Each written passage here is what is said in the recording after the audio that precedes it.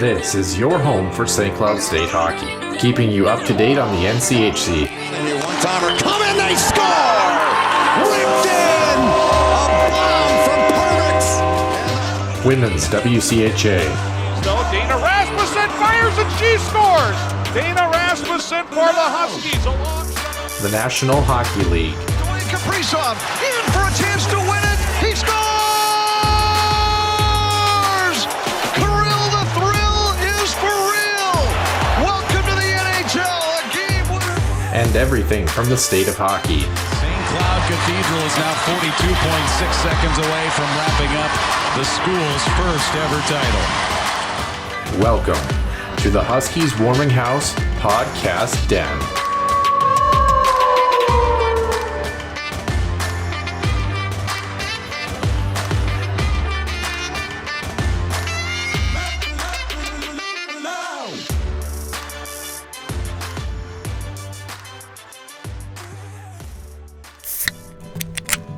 The Huskies Warming House podcast is also brought to you by the Soda Pod, home of MNCAA college hockey news and more.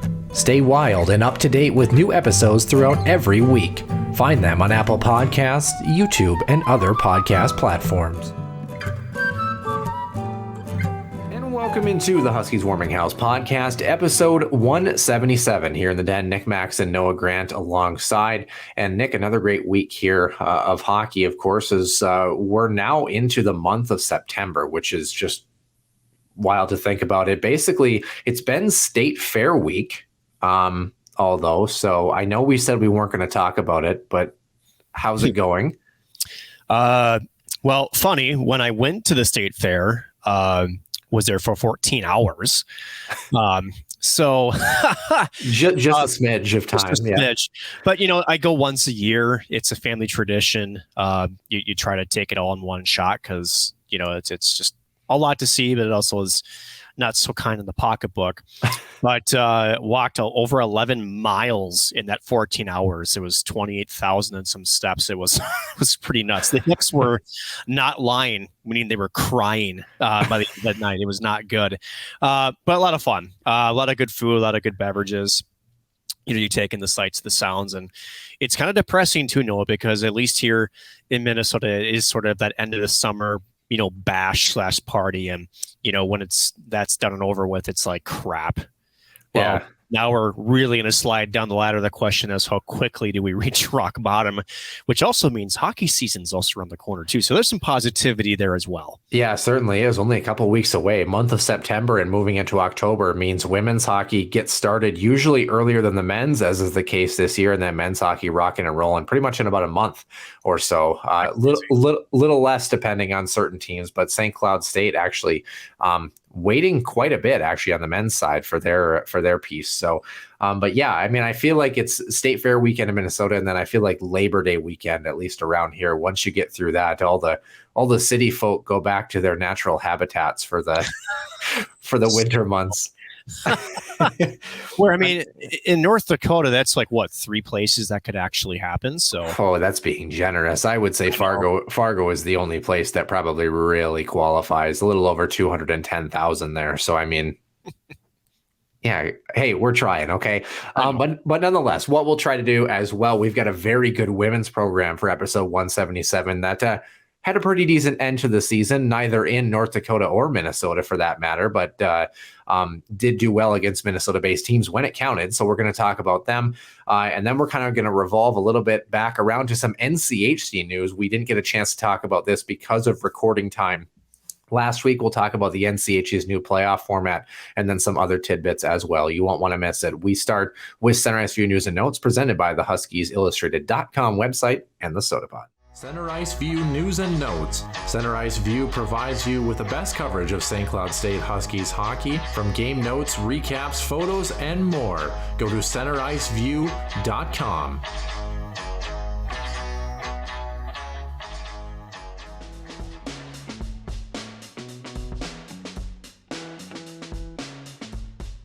Episode 177, Noah Grant alongside Nick Maxon here, and Nick, before we get on to the WCHA and the women's side here, we're going to stay in women's hockey, but a bit of a more sadder note. We also didn't get a chance to add this because of time of recording last week, Nick. Actually, a college that I ended up playing against on the men's side here, Gustavus Adolphus, hockey goaltender Jory Jones, the D3 national championship team from last season, died after suffering injuries in a car crash in Minnesota, coming back from South Dakota. This, of course, was confirmed last week, Nick, and we didn't get a chance to talk about it. So kind of actually fit the bill for the slate that we had last week. Just a bit of unfortunate news. And I think, with a difficult situation with multiple people kind of caravanning through there, and she's the one that kind of ends up with it. It's been a really difficult time for Gustavus, which is actually around your neck of the woods in terms of regionality. Yeah, I had a cousin that went to Gustavus Adolphus, was a Gusty, right? Yeah. And let's not forget too, Jory Jones, the ultimate price, unfortunately, in a motor vehicle accident. And it's devastating, right? Because those are sort of the things that, granted, when we wake up every day, we have no idea what's going to be thrown our way, both expected and unexpected, right?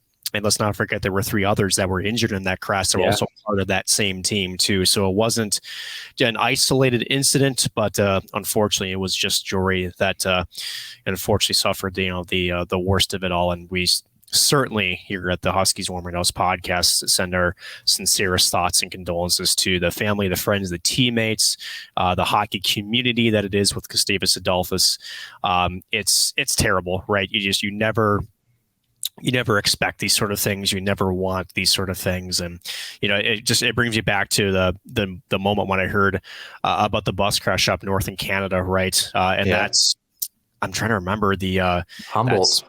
Yeah, Humboldt, but more so like 2018, I believe. 2018, but I'm trying to remember, was it around the fall time or was that more in the winter time? I'm trying to remember. It was more winter time. They were going up to Nipawin to get ready for that game 5 of that playoff series. And that's right. Ended up being about an hour away from that. Actually, I ended up rewatching the documentary about the next season. Of course, the team got back and they had a really good documentary, obviously, that they put out too. And, it's just, I think where we've always gone back, I know my mom has always talked about this, especially when that Humboldt bus crash happened, because it was actually very close for a lot of us here in the Minot community, because a lot of players that had played in Estevan, in Humboldt, kind of in that region there in Manitoba and Saskatchewan. And it's like, you think about how many bus trips you take as a player, how many car rides you take with your buddies, your hockey buddies coming back, like these gals were. And, it's a really difficult time. And it's,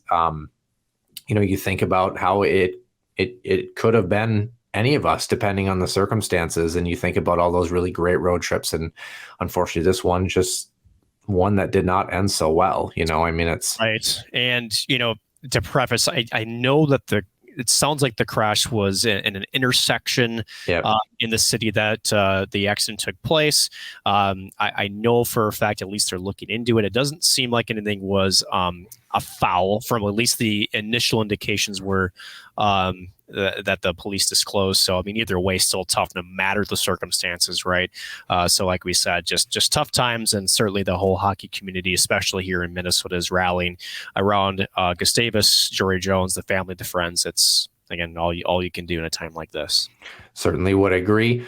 Speaking of things that were done, by the way, the NCHC releasing its new playoff format for next season, welcoming in Arizona State next season as well too. That means 9 teams, Nick, and it's been an interesting format, to say the least. I don't know if it was expected or unexpected, but do you kind of want to walk fans through what we are going to expect for sure, because the NCHC has put it set in stone? Sure. It's actually something I suggested, which was one of 2 things. One, a first round bye for the number 1 seed, or maybe a play-in game. And that's exactly what we're getting. But the NCHC actually went a step further, and I really like what they did here. The 8-9 matchup will take place on a Wednesday prior to that weekend series, and will take place in the building of the number 1 seed, which I think is the right move, Noah, because again, this, for the travel constraints, especially for the team that wins, right? Imagine being, oh gosh, Arizona State. Yeah. in that spot, right? And let's just say, for example, just for the sake of geography arguments, it's North Dakota that's the number 1 seed, right? That turnaround time, I mean, that's a huge disadvantage to add that travel in. But now you bring in, the opponents together, they're in that same building, and then essentially there's no travel time. You can play the game. You've got at least 1 day of rest before that Friday game starts. So not only does it keep the timing of the NCHC tourney essentially the same, but it's accounting for that travel. So I do think it's the best of both worlds. I actually really like the decision here. I'm curious as to your thoughts. Again, there was multiple different avenues they could have gone with this. Yeah. And, not trying to split hairs, but I really feel like this is the best of what they could have done with that odd number of teams. Yeah, we actually ran a poll about it and talked about the different ways that we could have done. So essentially the question was the current format that they selected, did you feel that it was perfect? Should the number 9 seed just not be included in the playoffs, or should the number 1 seed get a bye, similar to what the Big Ten does with their 7 pool prospects? 57%, otherwise 74 of our 129 voters said the current format was perfect. That far outweighed any other selection. 23.3% or 30 people said the number 9 seed should just not make the playoffs, and 25 or 19.4% said the number 1 seed should get a bye. Nick, I actually was not in the majority here, to be honest with you. Really? Yes, I actually was not. I'm a very big proponent of the number 9 seed just not making the big dance. I've always kind of been along the lines of, why are we giving a team that finishes last in a conference another kick at the can? But I mean, I get it. It's potential additional revenue, potential additional viewing, does create some drama if the 9 seed wins and then somehow upsets the number 1 seed in the NCHC. But I get the equal opportunity. Everyone at least gets a chance. You can't say that you didn't get an opportunity. But again, the NCHC is all about excellence. So why are we rewarding the opposite kind of thing? I don't have a problem with the current format. Like, it's not an issue, because really it's the same thing. It's just you get one more game in there. But it's weird. I mean, statistics wise, you're adding an extra game technically too, obviously, not that makes a huge difference, but yeah, I don't know.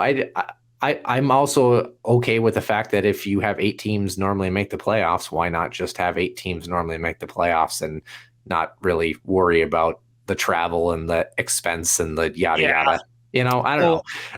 No. You make some good points, right? With the 9 seed and the, shall we say, you're trying to, I don't know. I don't want you're trying to milk the cow for all it's worth. A little bit, yeah. But at the same time, this is also college, right? And the NCAA is, well, I have to say that it's about equal opportunity, right? So it is. That's not the NCAA. I know. Well, that's what they claim to be. No, that's a whole different rabbit hole we could go down to, and that would take hours, which we do not have, at least tonight. But I know for a fact that they were contemplating the other side of things, right? It's, what is the worth here? Or maybe, does that make the regular season games maybe to some teams toward the bottom a little bit more interesting, because it's either you just try to get it done, but the other thing could be said too is, say you're a team that's a clear number 9 squad. Does that create some sort of apathy too in your season if you have no chance? And it's like, well, why try? And I thought it was interesting. Max Veach had talked about it too. Congratulations for him getting married, by the way, too. Some really great photos from that wedding. First. It had very Duluth vibes to it. I will say that. But he made a point, essentially was saying the difference between 8 and 9 is like minute at best. And I'm like, is it though? Do we really think it's going to be in the NCAA? I mean, like you said, there could be a clear difference where it's like a 6 or 10 point spread. And like, to me, that's significant, I feel. Well, not only that, but ask Colorado College last year, right? Coming into the fold, I think you need to give the teams the opportunity to play it out, right? And, regardless of, what we put a value on an 8 or a 9 seed, I just don't know with the size of the conference, right? And I know that the Big Ten does it differently. I think the NCHC here is doing the right thing here, is that you're giving the teams the opportunity to play. And let's think about it. If you're the 8 or 9 squad, you got to play an extra game, right? I think there's potential drama for that in it by itself, right? Because God forbid someone goes on a late run. Like imagine St. Cloud last year, right? Where they had a bit of a tough stretch there for 5 or 6 weeks. Say the NCHC is just a gauntlet and everybody is beating up on each other and those point spreads maybe aren't very big, right? And all of a sudden you do dump from a 3 or 4 seed, maybe down to an 8 or 9 seed. There's some drama there, right? So I think it's the best way to put the pot. Certainly significance of if you're a 7 or an 8 seed, trying to make sure you finish in the 7 spot, so you don't have to have the extra travel. So I guess from what my understanding is, just to clarify, it's they would play on that Wednesday and then they would get a day off, and then they start Friday, Saturday, Sunday. So yeah, for that 3-game series. And again, sucks if you lose that game, by the way, too. Well, and here's the other thing: that's technically a neutral site game too. Yeah. Right. So, and you wonder, and I think the one thing the NCHC is going to wonder with this, and God forbid how long this format stays pat, right? Are we going to stay at 9 teams for a bit, or are there other plans? I tend to think more the latter than, shall we say, the current. But I do wonder what sort of, shall we say, attractiveness from the fans' perspective would be to watch an 8-9 squad, especially in some of those other buildings like Grand Forks or maybe even the St. Cloud. I don't know. But again, I like the fact that everybody gets a chance to do it. Let the kids decide it, not a regular season bout. And then, like you said, there could be a miracle on shall we say I-94 where a team just goes on that run, a 9 seed takes it all the way home. And remember, there's a chance. And I think we forget this. No, there's a chance that whoever wins the NCHC tournament gets an auto bid to the NCAA tournament. So I think you got to remember too that if you just say no to a 9 squad from a conference perspective, you're also saying to that team, you don't really get a chance to earn your way to that. I don't know. That's just another caveat that sometimes I think we forget too. I was just thinking when you said miracle on I-94, and I think the biggest miracle on I-94 would be getting all that construction done every year. But that's never going to happen, bro. But speaking of constructing a great squad, 9 seed or otherwise, there is a group that did very well at neutral sites, especially towards the end of the regular season on the women's side, Nick. And when you're talking about the Wisconsin Badgers, too, by the way, on the women's program, we have them coming in our WCHA previews at number 2 here on the women's side. And again, obviously a very storied program. They ended up finishing 3rd last season behind Ohio State, and then a good Gopher squad that had a good push late in the year. But I think it's safe to say, all things considered, Nick, especially if you're a Gophers fan, Wisconsin ended up getting the last laugh, all things considered. 7th NCAA title for them. It obviously worked out well for head coach Mark Johnson.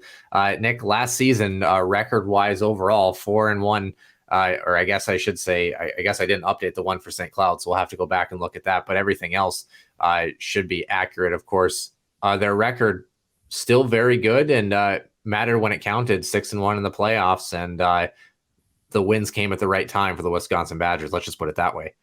Yeah, it's kind of funny because I remember a certain other broadcast partner that's on this podcast that were kind of down on Wisconsin. And I said, you know what? I don't think so. And they proved me right, because here it is. Wisconsin has always been a strong team in the regular season, right? They've never really shown, at least in recent years, maybe some of the, I don't want to call them struggles, maybe pitfalls at times. But I said, hey, this Wisconsin team is battle tested. Yes, maybe I'll be proven wrong, but I still just, with Mark Johnson at the helm and that group, they're talented, but more so they play the game in such a smart way to not write these girls off. And there you go, right? So you spoke of records right here, Noah. So let's talk about some of the stats here, right? Again, 29-10 and 2 overall. So this 1 win shy of a 30-win season, which is no easy feat in the WCHA, especially now when there's really a top 4 when you come down to the most talented squads in this 8-team conference. 19-7-2 overall in WCHA play. Again, at home, they're almost unbeatable, 13-4-1. On the road, again, still pretty good, 13-6-1. And this is where it gets kind of fun, right? 6-1 in the playoffs. Holy cow. Yeah. Well, they ended up losing to Minnesota, and that was going to be the big test, is could they solve Minnesota? They did in overtime, of course, in the Frozen Four semifinal game, and then a 1-0 finish for them for a national championship against Ohio State, which ironically enough, Nick, the only time the Huskies win in 4 tries against the Wisconsin Badgers, also coming February 3rd, a 1-0 finish for them. Yanina Newland had the game winner at 4-on-4 actually in that game. Shots 39-15 in favor of the Badgers, and the only victory for the Huskies against Wisconsin. And I believe, if memory serves, I believe this game was in Wisconsin. I think this was the game that was actually it says LeBron Arena, but I think this one was the one at the Kohl Center. The attendance was over 14,000, so a pretty good showing for the Huskies. That game for St. Cloud, just random tangent, them, and of course the Hall of Fame game against the Gophers, when the spotlight shone the brightest in some of these games that were in different venues or kind of highlighted, St. Cloud made the most of it against some top 3 teams. But again, Wisconsin, 7th national championship. So who really, right. But, and we'll obviously touch more on, why St. Cloud was able to beat these two opponents. Granted, they got them only once. We want to see that actually happen a few more times, obviously in the same season. But at the end of it, Wisconsin, again, there's their playoff, proficiency and the way that they approach these, high level games. And, to us, they're high level games. But I think for Wisconsin's and the Ohio States and the Gophers of the world is they don't really change the way they do it, right? They just keep doing what they've been doing that made them successful, and it comes down to a bounce here or there, right? And I think for Wisconsin, again, those are close hockey games that they won. Again, you mentioned overtime, and then again a 1-goal victory to take down the Buckeyes.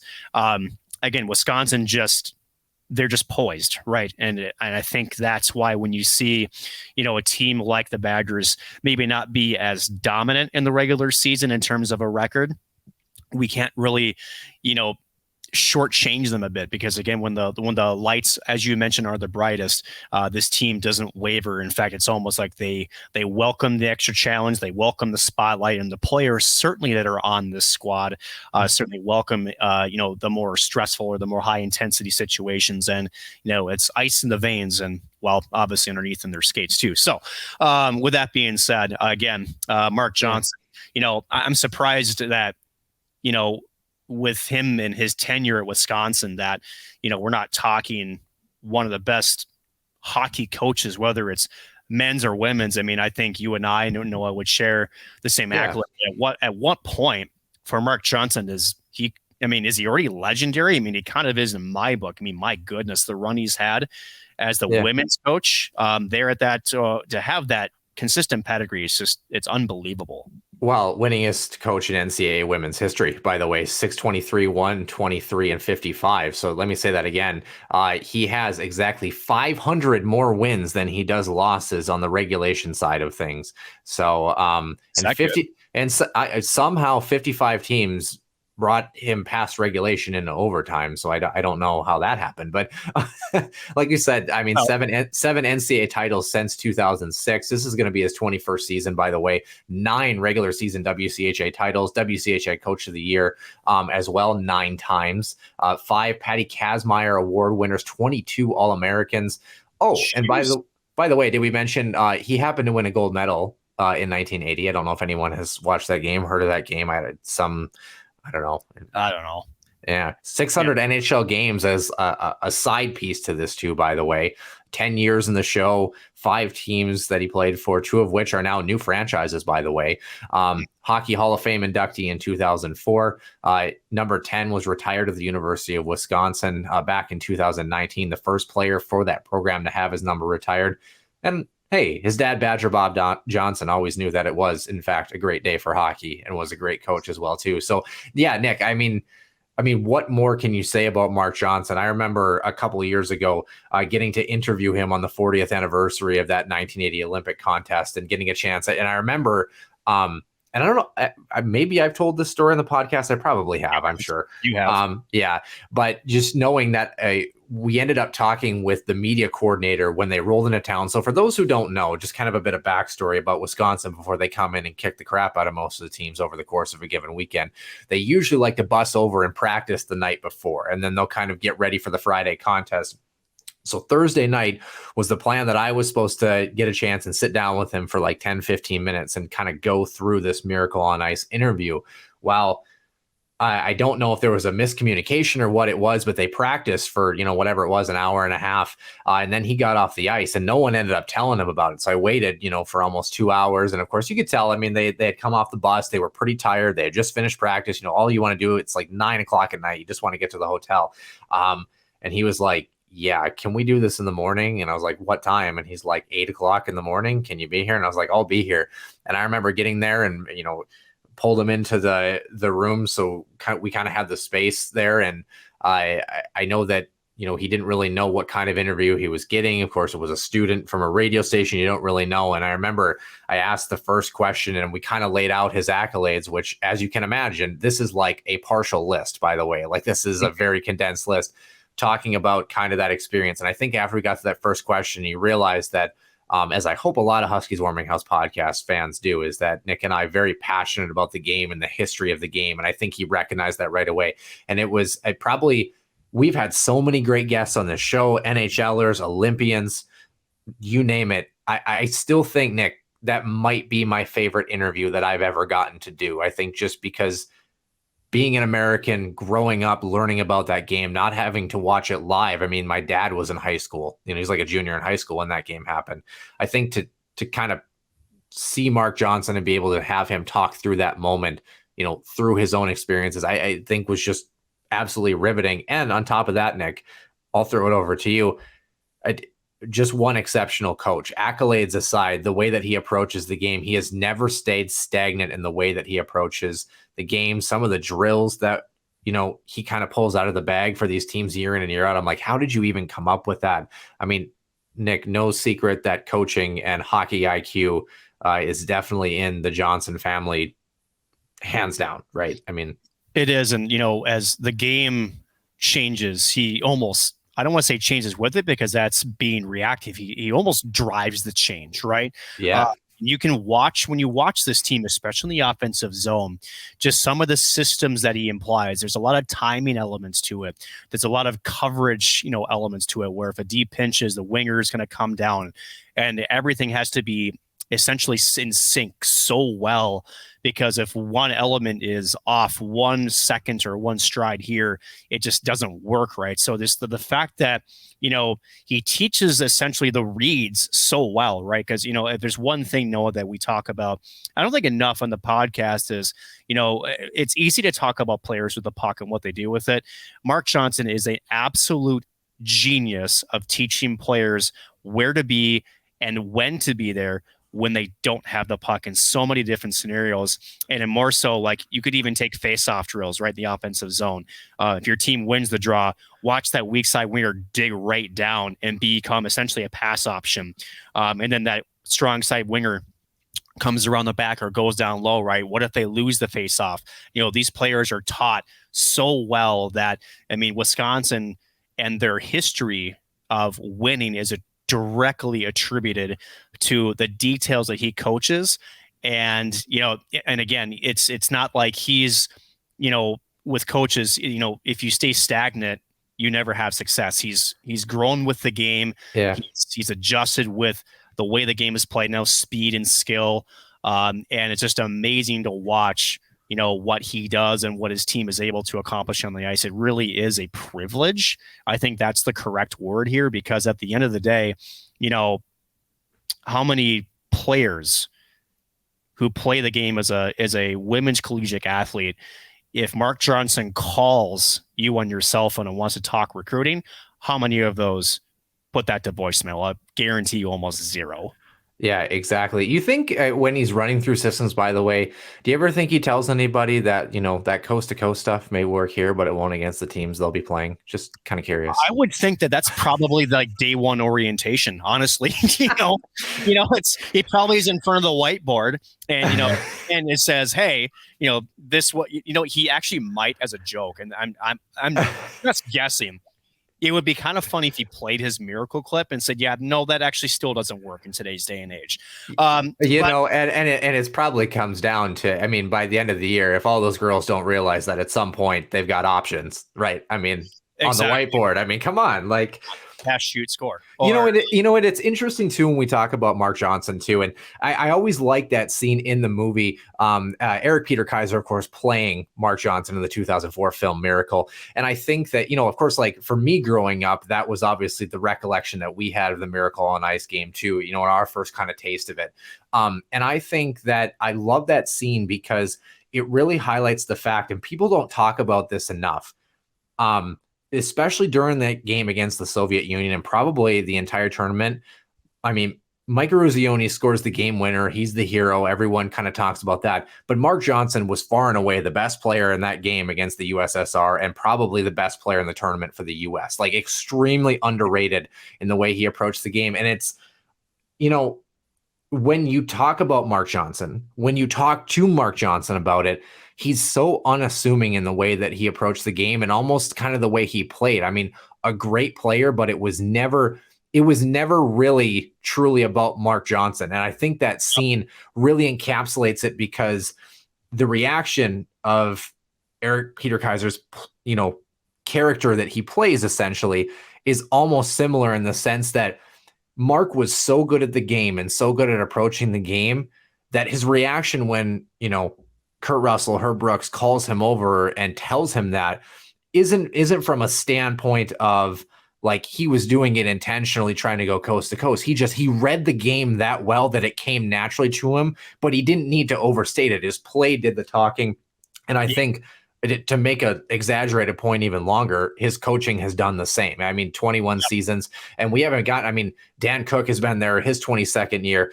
Jackie Friesen-Crum hit her 15th season. Mark Greenhall has been there for a long time too. We'll touch on them in just a second, Nick. But I think with this Badgers program, Nick, 7-5 when the opponent scored first. So, they gave themselves a chance, 7-4 in 1-goal contest. Only 17% of the power plays. Special teams on the offensive side wasn't exactly crazy, and their worst goal differential by period was in the third period. So as games got later and later, and your games got tighter and tighter, we talked about this, and this was my concern last year, especially during the regular season. They didn't really have that ability to close and the ability to finish. Well, overtime against Minnesota and being able to hang on in a nifty 1-0 national championship game. I suppose we can all admit, maybe I was a little bit wrong in the end. I should have, I got lucky too. But, Noah, going back to the special teams thing, right, is, I think for their power play, right, the one thing that drives some of those numbers, right, is they almost didn't have to be because 5-on-5, they're electric, right? When your power play is at 17 point some %, but you're still averaging 4-point+ goals on average per game.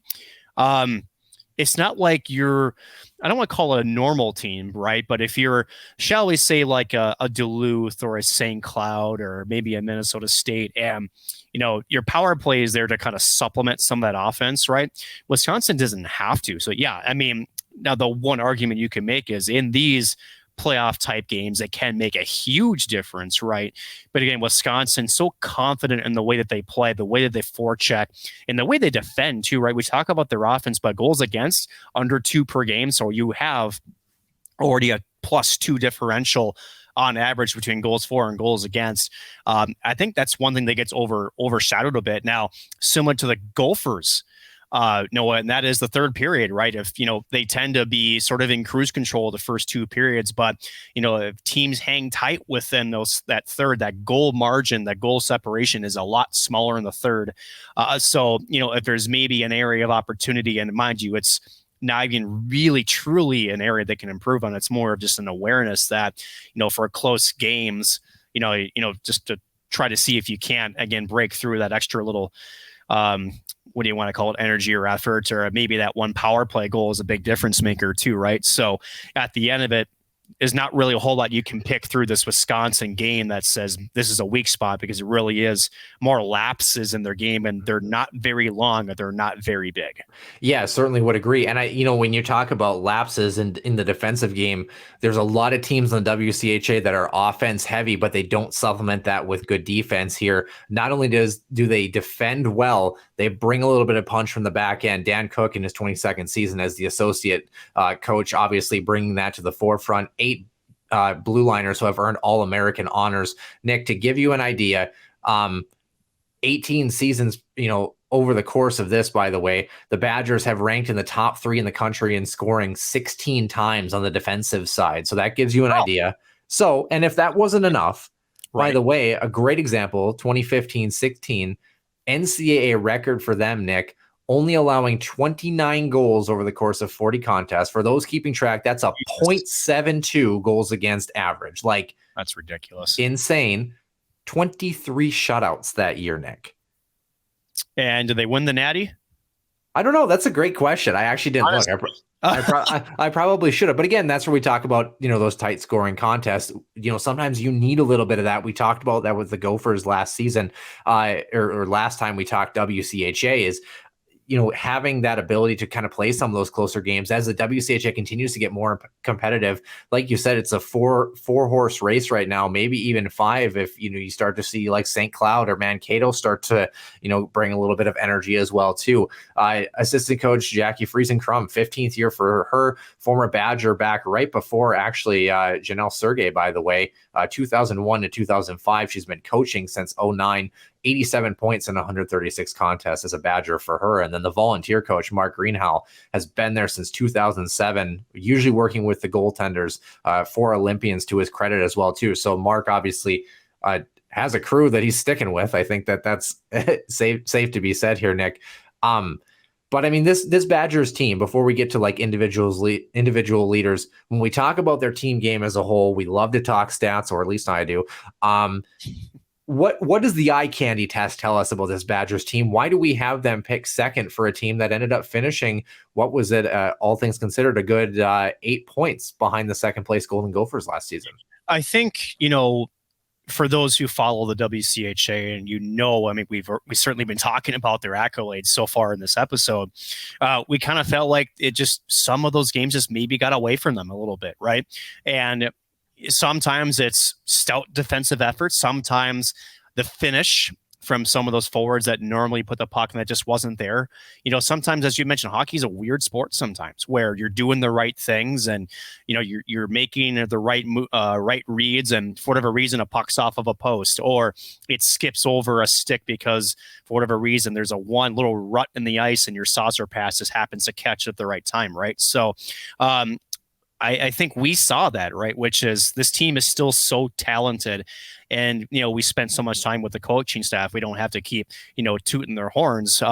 This is a dangerous hockey squad year in, year out, because again, they just reload every single year. They're like the UND of the WCHA. Let's just call it what it is, right? Although maybe not this year for UND, but we'll touch on that later. But at the end of it, I think they just were the recipients of some bad hockey god type, results. And we don't foresee that to be, shall we say, a consistent trend going into this year. We feel like, at least in the regular season too, and certainly in the playoffs, that they'll be back to prominence, and they'll be sitting in the top 2 of this conference, which is, again, as we mentioned before, and we really truly believe this WCHA conference is looking a lot more competitive on the top end than it has in recent years. Yeah, that's a scary statement in and of its own right here. Of course, Wisconsin, like any team, has to deal with some departures here. 3 forwards, 3 defensemen, a goaltender, 7 total. 5 of those being graduates. 2 forwards, 2 defensemen, a netminder, and then 2, a defenseman and a forward, being a transfer out for this program here, Nick. So let's kind of walk through those. Maybe we'll start with our graduating players that, as far as I can tell, I don't see them on the roster. So again, if one of these is incorrect, I apologize. But this is, to the best of my knowledge, from what I can see, this is who we have not returning this upcoming season. Yeah, so we have Nicole Mamantia. So at the end of the day, she had a pretty good season at 29 points, again, as a defenseman, 12 goals, 17 assists. So you're losing a little bit of offensive punch in the back end, but as we'll talk here probably pretty shortly, that gets replaced also pretty nicely. Natalie Bookbinder, it's another smooth skating defenseman, more of a shutdown defenseman, but still added 15 assists as far as the offensive production, the blue line. And then you've got the 2 forwards, Sophia Shirley and Jesse as a Comfer, I believe is the 2. So again, Jesse Comfer, 40 points, so that's a big one, and then Shirley 37 points. So you're losing a little bit of production up front, but respectively, again, not losing some of the top scorers that Wisconsin will still keep around, but nonetheless, and it shows the depth that this Wisconsin team has, right? They do lose also goaltender Cami Kronish, but at the end of the day, it's not that much, honestly. And then transfers, as you mentioned, 1-1. Grace Shirley didn't have, she would say, like the most eye-popping numbers at 6 points. She's going to go over to Providence, looking definitely for some more playing time. And then the junior defenseman is at Mason Toft. It will be heading away. Just 1 assist in 19 games. Certainly looking for a little bit more ice time, a little more opportunity. I don't believe she is committed. Not that I see. I was looking at that earlier too, Noah, and I could not find. And again, for those, if we're wrong, please, whether it's, send us a DM, put us in the comments. But we did not see Mason Toff having a commitment as of today here in August when we're recording this episode. So in total, right, you have essentially 7 folks that will be off of the Wisconsin roster from last year, but they're bringing in 7 more, right? Yeah, so that's correct. Equal out. So speaking of symmetry, right, that kind of helps sometimes. Yeah, we've never practiced it on the Huskies Warming House podcast, but I'm sure others have found great success. Yeah, exactly. So yeah, and obviously, like you mentioned, 2 defensemen, four forwards on the freshman side, 1 transfer in, by the way, and then 3 graduate players, including Bismarck, North Dakota native Britta Curl. I actually got a chance to play on Team ND with her brother, by the way, also a great forward. But Britta, obviously, some very good success at the D1 level. Her brother Byrne, very good hockey player too. Defenseman Kayla Edwards, and then the graduate staying, one of them is actually a transfer. It's actually Anna Wilgren, and I think that's a great place to start. Only a couple contests for Mankato last season, but trying to kind of weed through this here, there's a couple of reasons why. Former U18 Team USA product, Nick, 19 games across the past 3 seasons, but not necessarily due to injury. She was redshirted even though she was a captain because couple years ago, one of the 28 players selected for the Olympic residency program was hoping to be that player, one of the players that was selected for the Winter Olympics in Beijing that year. She was like one of the last cuts, like the last defenseman cut, and decided not to burn her year of eligibility. So this, I believe, will be, in a technical sense, her 6th season in the NCAA and likely final one for the Badgers. But a player as a graduate defenseman that is a great leader, veteran presence, had a great story career at Mankato in the years that she did play here, Nick. And I think she's a player potentially that might honestly still fly under the radar just because of her lack of playing time at Mankato because of the Olympic program. People within the WCHA and within those circles know her well, and they'll be prepared, obviously. But I think there is a chance sometimes to just see Anna Wilgren as a transfer. You look at, the overarching numbers for the former Mankato Maverick, and you think, wonder what Wisconsin's doing there. But then you dig a little bit deeper and you're like, well, Mark Johnson, he's at it again, right? I mean, yeah. And that's the thing that we probably don't talk enough about. And that is when you build programs, right, you're not looking for the same talent. You're looking for little differences, right? And if there's one puzzle that if coaches can construct more seamlessly, Mark Johnson knows how to do it, right? And if he sees that you're a fit in this program, you will be. So as you mentioned, right, Wilgren coming in, there's no question she's got the experience. She's got the accolades. Maybe in terms of collegiate stats, as you mentioned, doesn't really jump off the page.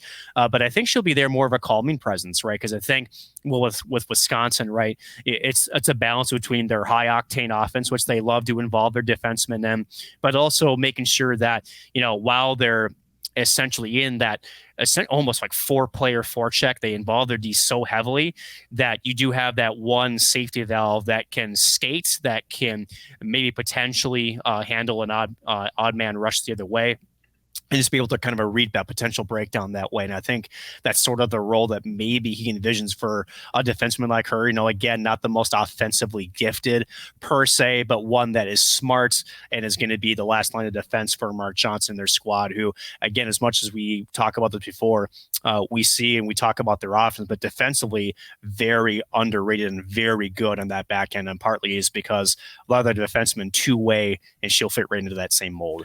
Yeah, certainly would agree. And obviously, when you get kind of set into this idea too of bringing in a bunch of these freshmen. We've talked about this too, bringing in these forwards, these defensemen as well too, Nick, and also a goaltender as well to boot. It makes a big difference to having a veteran player like, for example, an Anna Wilgren, who is coming in as a transfer. Obviously, a bit of an adjustment for her. We'll have to kind of see how she handles that as well too. But at the same time, seeing someone else with that veteran experience go through that transfer, maybe ease in along with these freshmen as well too, I think will just be a really good mix. Of course, redshirt goaltender Chloe Baker from last season, by the way, for the additions, is now among this group, as well as goaltender Ava McNaughton as well. Like we mentioned, it's actually 3 forwards and 2 defensemen. So I believe we're technically at 8, if my math serves me correct. Not sure why my notes didn't update. So I'm trying to kind of scramble here if anyone's trying to piece that together. But yeah, Nick knows what's going on, and he's trying to not sell me out, but I'll sell myself out nonetheless. We can start with the netminder, I suppose, Nick. Ava McNaughton. Yeah, and this is a big one, right? Because she's 6 foot, right? So she's a bigger goaltender, as you mentioned, coming on over part of the freshman class. If there's one thing about Mark Johnson's squads is that they usually have some height to them. And let's just say that finding a good goaltender that's 6 feet over in the women's hockey side, not an easy task. But when you do find one that's coming in, again, as a true freshman at 18 years of age, she's going to be good, right? So how much ice time will she see? Again, you do have some other options in net as well. Again, 3 total goaltenders on the roster for the Badgers, but I would think that she's going to get a pretty good look. Again, just looking at her numbers and some of the history that she has, I think she's a strong candidate to push for whether it's either an alternating role or potentially, maybe a starting position. But we'll see. But I would imagine with her frame, she's going to get a pretty hard looking camp and a chance to maybe win over a spot. Yeah, certainly would agree. 2 defensemen, Ava Murphy and Lainey Potter here, Nick. Maybe that's as good a place as any to start. And I think when you think about players, again, Ava Murphy, a great example, obviously, the 2005 product from Kitchener, Ontario. I would say this screams to me, especially with the Canada U18 experience and just, I don't want to say limited playing time, but just number of games played per season. I think this just maybe screams maybe shutdown defenseman. Is that kind of how you might? Possibly, right? But, at the end of the day, too, this is also similar to college hockey. We have this argument on the men's side, right? NCAA or, college or Canadian junior, right? Canadian junior plays a very long schedule, right? Close to an NHL schedule. Sometimes when you're used to the games played, and it's just an easier transition, right? So I don't know if it's necessarily a reflection of her game, and at the end of the day, as I mentioned before, Mark Johnson calls, you answer, right? So I just kind of think maybe just whether it was injuries or whatever the case may be, we don't know for sure. But at the end of the day, she'll be given every opportunity to earn a particular spot. And I think, again, coming over from Kitchener, let's just say your base is good, right? They know how to play hockey around there. They know how to play. So I think, again, for her, it should be a decent transition, and we'll just have to see, how she plays the game under Mark Johnson's system, which again is more offensive first, defense second. But one thing I will tell you is no matter who he puts on the ice, they can skate. Yes, certainly would agree. World Junior gold medalist, by the way, for Team Canada. Also on the other side, the other defenseman, like we mentioned, Lainey Potter, of course, U18 World Junior product for Team USA, by the way. Played with the Philadelphia Junior Flyers last season, had 67 points in 71 games from the back end, 27 tucks and 40 apples. So maybe a little bit more offensive minded. Los Angeles, California native at 5'11", by the way, Nick, as a true freshman. So, I mean, that's, again, a little bit of height on the back end. Never hurt anyone. Or on the forward side, just ask, Janelle Sergey, by the way, former Badger, not a big deal. And then on the forward side of things here, like we mentioned, Bella Vasseur, Cassie Hall, and Kelly Gorbatenko, easy for me to say here, Nick. Any one of those that I would like to not to, so we'll start with Kelly, so I don't have to start that again. Also 5'11". Yes. Yeah, also 5'11", by the way. So she has no reach or anything like that. Yeah, on the forward side, nothing really to kind of garner, of course, also on that World Junior team for Team USA as well, too. But playing with the Chicago Mission, who, by the way, there's a couple of former Huskies on the men's side who have had some success in that program as well, too, Nick. But again, talking about someone like Janelle Sergey or someone like Kelly, who has a little bit of height on the women's side here, especially on the forward side, it can be easy to be kind of a lanky, tall forward, but at the same time, as someone who is a bit vertically challenged like yourself, Nick, what do you think when you see what do you think when you see a bit of a forward with some height advantage coming down the ice, besides frustration and some deeply rooted therapy type things? Well, none of the above that you mentioned, at least. But what I will say is, because Mark Johnson's offense, they love to cycle, right? And cycling is dependent on a couple of things. One, puck protection, right? So when you got a long reach and when you can use your body to shield, right, it makes it very tough for some of the defensemen that, shall we say, is my size, not as tall, we'll put it that way, to try to reach around, you try to poke the puck off your stick. So it ends up turning into more of a physical match. One thing that we probably don't talk about enough, Noah, is sometimes in the WCHA, there's some physical corner battles there, right? And one thing that you can do with your size and your reach is, well, just endure, right? Because then as, the team that is essentially getting frustrated on the defensive side, and you're trying to create turnovers, you're trying to disrupt that cycle. This is where you can kind of chase a little bit too far, right? Maybe get caught, too far along the boards. It opens up, areas in the middle of the ice. That's what size can do in an indirect way, right? So when you see players of that size coming down on you, yes, angles are important. Yes, trying to funnel pucks into those, areas that are not as high grade, but it definitely becomes more difficult when you're going up against, shall we say, those higher end type forwards as a smaller defenseman, where it becomes that time about positioning and making the smart reads, right? You can't overcommit. You certainly can't undercommit, and it becomes about skating. And then again, using your stick to almost kind of try to push the puck into the areas that you want to push and trying to get them off of their cycle game. So it becomes tougher. It just means you have to play them a lot smarter rather than harder, maybe, per se. Yeah, certainly would agree. Bella Visser, by the way, again, hard to kind of garner some statistics. Both of these next two players, 19U AAA players, by the way. But to kind of give you an idea, for NAHA Red U19, by the way, if my math serves me correct, she's currently 18, so this would have made her 14 playing with the U19s, had 27 points in 34 contests all the way back in that direction. So I would say things obviously successful. If it makes you feel a little bit better, Nick, 5'7", and then Cassie Hall at 5'6", former Team USA World Junior product as well too. Latest statistics from a couple of years ago for the 14-year program for Little Caesars. So of course, very prominent program, especially on the women's side in terms of that. 129 points in 64 contests, 88 goals during that span. So obviously someone who has a good offensive touch here, Nick. Again, Wisconsin kind of doing what they do well is they have a healthy mix of speed and size. But I think when you look at Wisconsin, one of the things that stands out to me is thinking about players that seem to have a knack for great hockey IQ, seem to have a knack for being able to read the game appropriately. This group of incoming freshmen, Nick, no different. And that's what helps you assimilate too, right? Is, when you're coming into a system that is, I think, to maybe the untrained eye, it's a little complex, and to an incoming freshman, it might be a little complex, right? But then when you realize it's just a read here or a read there, and it's not as complicated as you think, but it's more of it all has to move as one piece, right?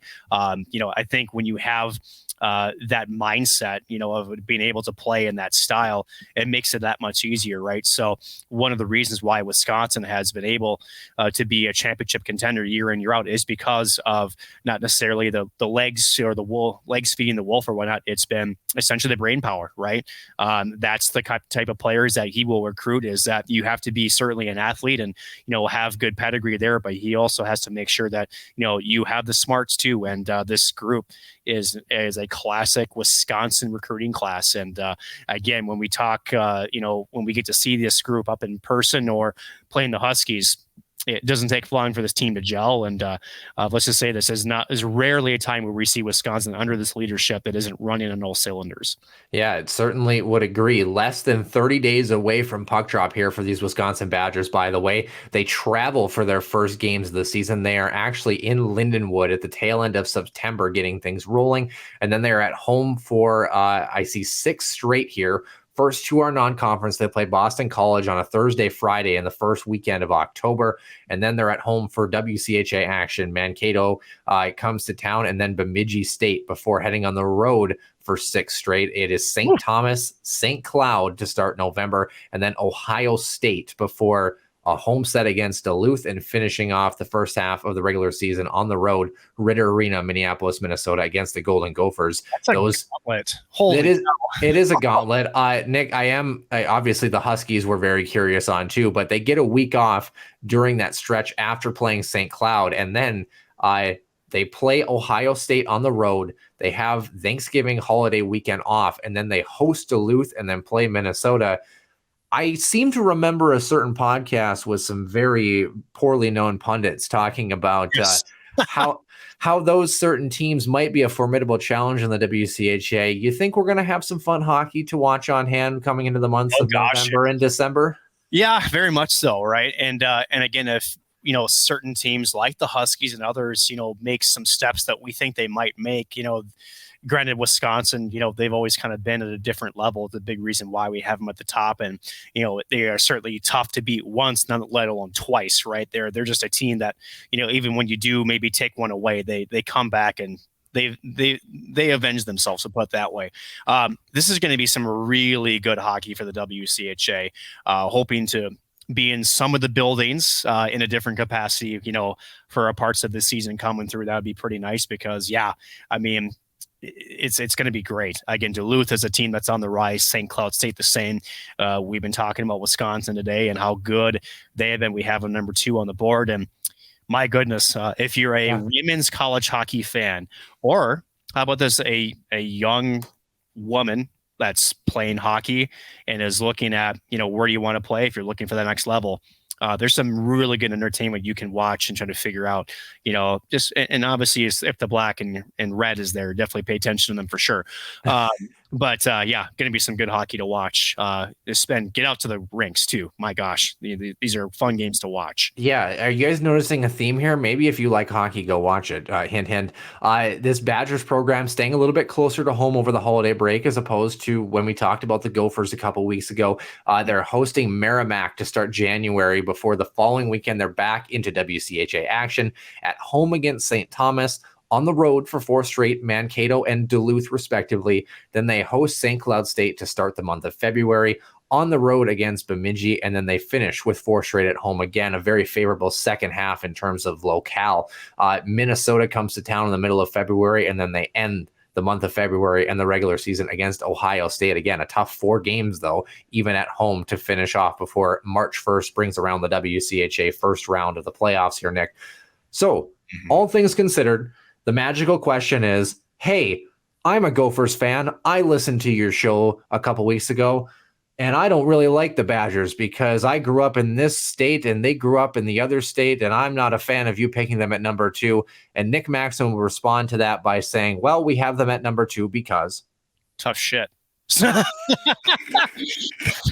No, Nick, I said these are Gopher fans, not Bulldog fans. We got to get okay. Yeah. Oh, I was confused there.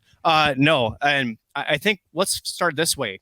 Between 1, 2, and 3, it's close. Right, it's close. And throw 4 in there if you want to be. If you want a Bulldogs fan to feel good.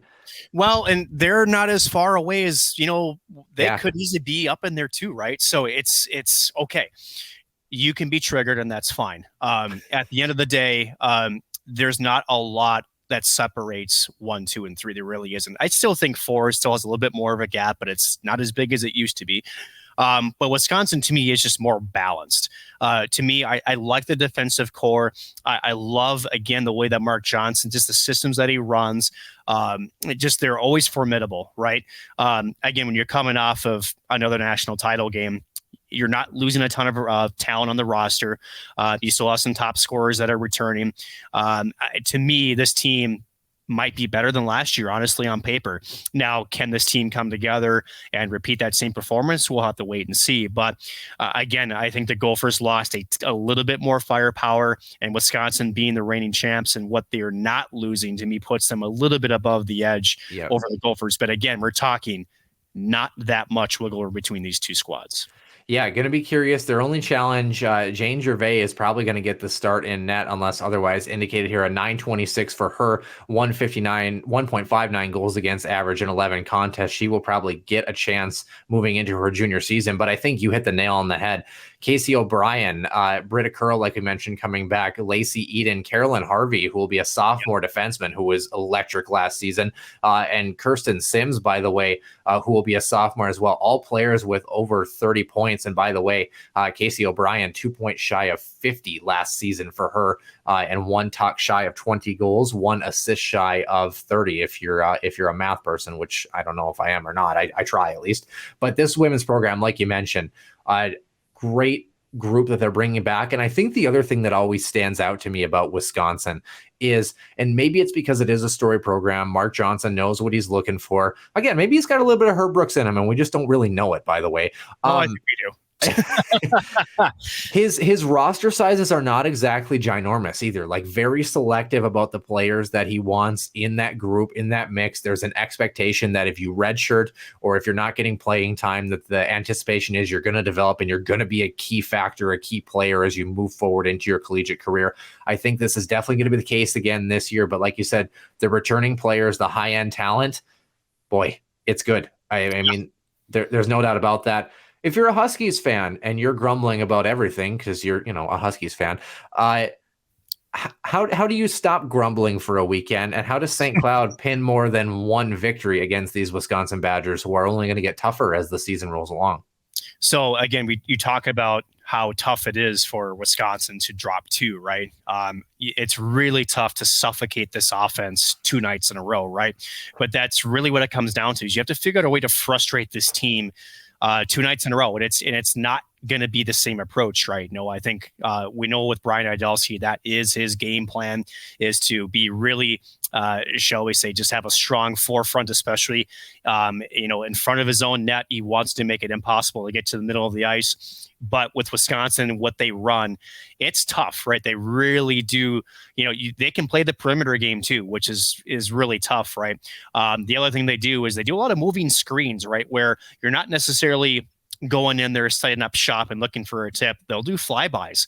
And the other thing you have to contend with as a Husky fan and a player is oftentimes that weak side D, they're involved in that forecheck. They're down low. They're intertwining with that near side forward and that defenseman. They really do involve all 5 players in the forecheck.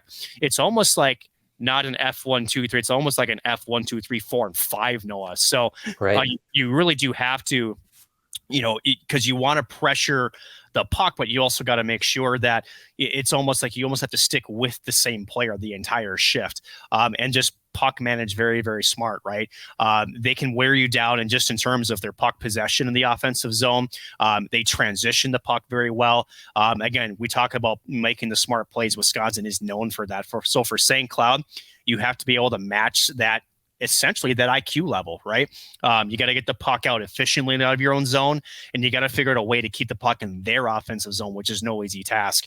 Because sometimes I know that with the Huskies' victories last year, it maybe wasn't the prettiest of victories, but maybe that's what it has to be. Maybe a little bit sloppy, maybe a bit of a greasy goal, but you have to be able to make those sacrifices and maybe take a little punishment, and just know that when it comes to defending, you got to defend smart and not necessarily hard, because Wisconsin will make you skate for it. And let's just say you're one tired athlete when you're done playing this Wisconsin squad, just because you put on a lot of miles on that ice sheet. Yeah, certainly would agree. And again, we've seen historically that St. Cloud, especially on the Friday night games, has tended to play Wisconsin a little bit tighter. And I think for them, again, limiting that offensive opportunity against in the middle of the ice, I certainly would agree. You don't want to be running around. If you stay disciplined against Mark Johnson's squad, one of the things is that, and not a bad thing, but they like to stay really patient, do the Wisconsin Badgers. And if you can kind of exploit that where, again, great reference back. Same thing happened to some Soviet Union team in the 1980s where they felt comfortable and then suddenly they weren't as time started ticking down. You almost want that same approach, right? I mean, it's just kind of you slowly start to wear and chip away. Maybe you pop a couple, you get a couple bounces, but you have to be doing the right things defensively. And then offensively, it's not that you have to be opportunistic, but you have to be really selective. Are you getting pucks on net? Are you filtering pucks towards the middle of the ice? Are you making the plays that need to be made? Very curious to see in his second season how Brian Idalski and company matches up against the Badgers. I think it's going to be really interesting if you're a Huskies fan. And as Nick likes to say, get out to the rink, watch a game, especially when Wisconsin comes to town. Even if it ends up being a non-competitive game one way or the other, this Wisconsin team is a great watch, a great time at the hockey rink, obviously. So, and the defending national champions, who doesn't want to be a part of that, of course, as well, too. And who doesn't want to be a part of the Huskies Warming House podcast, brought to you by the Soda Pod. Stay wild and up to date with all things in the state of hockey. CenterIceView.com, of course, if you're a Huskies fan, HuskiesIllustrated.com as well. All things St. Cloud hockey, including the latest news and photos of your favorite Huskies. Nick, we are kind of getting down to the wire here, Nick. We're moving into the final couple of home spots on the NCHC side of things. And if you have been able to figure out some math by now, you probably know who's going to be at number one on the WCHA side as well, too. This Ohio State Buckeyes team coming up in a couple weeks is dangerous. Like, they were dangerous before, they won the conference before, and they somehow got better. And that's scary. It's scary, but what's interesting is that, they're almost like the super teams of the NBA, right? Where they're probably going to have a pretty good regular season, but sometimes these teams aren't necessarily the best playoff teams. So, they're still going to be very, very good. No, I'm very curious to see how Ohio State will do. Certainly, we'll discuss a lot more in a couple of weeks when we have them on our preview list. Yeah, super teams kind of sounds like the 1980. Okay, I'm done. I promise. Seriously, but nonetheless, obviously, I mean, I have the original game footage. Yeah. Yeah, and that's our show. But I mean, I have the original copy of that game, and it's seriously an exceptional watch. And I don't know if there's a hockey game that really does top that game. I mean, I know the Summit Series has this conversation. If you're a Canadian fan, certainly was really great, but I don't know. I think just everything behind it. Maybe that's my American bias. Maybe I need to go have a cheeseburger and think about it with my non-free healthcare. But I don't know. And we could have just a podcast episode that could go 2 hours about that game. I thought you were going to say about healthcare. I was like, oh. No, that would probably take a lot longer than that. But the geopolitical, influences in that game, yes. All the things outside of the game. And I think, we'll end on this, Noah. What was so interesting about the 1980 game, and I think I know Miracle touched on it a little bit, but the fact that they didn't allow those outside noises to affect how they approached it, right? And I think about some of the times that we're in now and how there's certainly some challenges outside of our walls and outside of the game, but at the end of it, they were able to sort of silence the white noise, if you want to call it, just focus on the game at hand and what had to be done to get a win. And I even think, if we were to maybe travel back and I think maybe Mark Johnson mentioned this too, Noah, that I don't think they realized how important that game really was to the country until after it was done, right? And I still think we're learning to appreciate it a little bit more. Yeah, focused on the task at hand, obviously, which again, very characteristic of Badger teams now. And I think the thing that really struck me, we kind of had a laugh about as well too, is don't forget. So that game was actually tape delayed. It was played at around and finished at around 5-6 o'clock in the afternoon, and then they didn't air it until 8 o'clock. So actually, the pregame package actually ended up being part of the live scene from the chaos coming out of the building. And you want to talk about anticipation for an event. People understood the buzz that was going on because they knew something crazy had happened for the U.S., but they didn't know what. And then they were pushed back into the repackaged broadcast. Just really interesting times, the way that we get information, I think, obviously. So, but if you're looking for great information, find us at Warming House Den on Twitter, HuskiesWarmingHousePodcast.com, and that will do it for our latest episode. Next on the docket, of course, we move to the men's side of the NCHC, and then our final two teams in the WCHA. It'll be Ohio State and then, of course, our St. Cloud State Huskies a couple weeks after that as well. For Nick Maxon, I'm Noah Grant, and we will see you soon in the Den.